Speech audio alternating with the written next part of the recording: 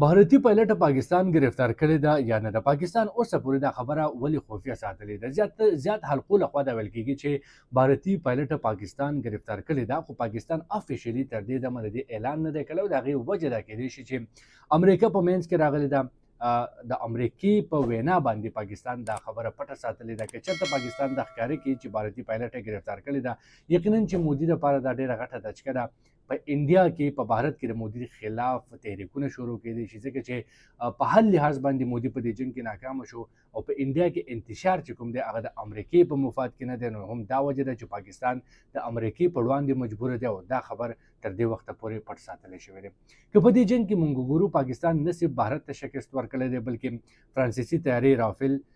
اسرائیلي ډرونز او د روس ایر ډیفنس 400 کوم سیستم چې کوم هغه هم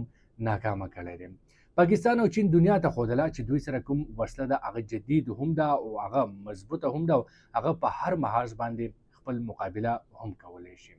پاکستان ایرفورس هم دنیا ته ښودله چې موږ یو تربیت یافته او پیشورانه طریقې سره جنګ کولی شو او موږ د هر محاذ باندې دشمن ته شکست ورکولی شو.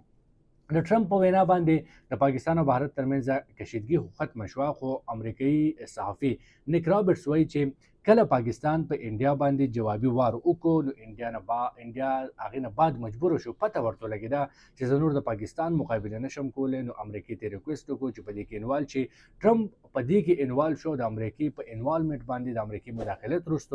دواړه ملکونه دې ته رضا شول چې سیز فایر وکړي، چونکې پاکستان دې نه مخکې سیز فایر ته تیار او عالمي قطر شو،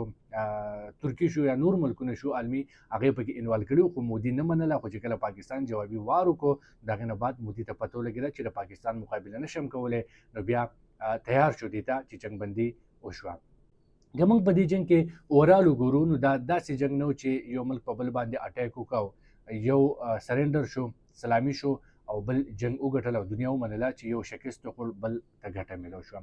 دا جنګ که موږ په سفارتي سطح باندې وګورو، په عالمي کچ باندې وګورو، جنګي حکمت عملي سره وګورو، یقینا چې پاکستان ګټلی دی او هغه د پهلګام واقعې نه واخله تر پرون ورځې پورې که په هر انګل تاسو وګورئ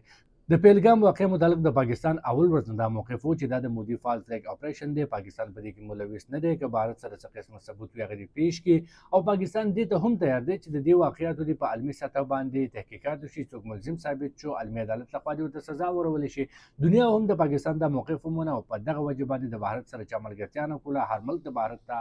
دا وي که موږ به تاسو سره هغه صورت کې ملګرتیا کوو چې ته موږ ته پاکستان خلاف ثبوت پیش کړي. د هغې نه بعد چې کوم جنګي صورتحال پیدا شو نو پاکستان صرف په خپل ډیفنس کې بھارتي جهازونه راوغورځول، د بھارتي ډرونز یې راوغورځول، بھارتي ډرون چې کوم جاسوسۍ دپاره راغلي وو، پاکستان ایر ډیفنس سیستم معلومولو دپاره راغلي وو، هغه هم ناکامه کړم. چې کله مودي وارخطا شو ایربیسز یې په نښه کړل، نو دې نه بعد پاکستان نه صرف خپل د ایربیسز دفاع وکړه بلکې د بھارت 15 ایربیسز یې هم تباه کړل،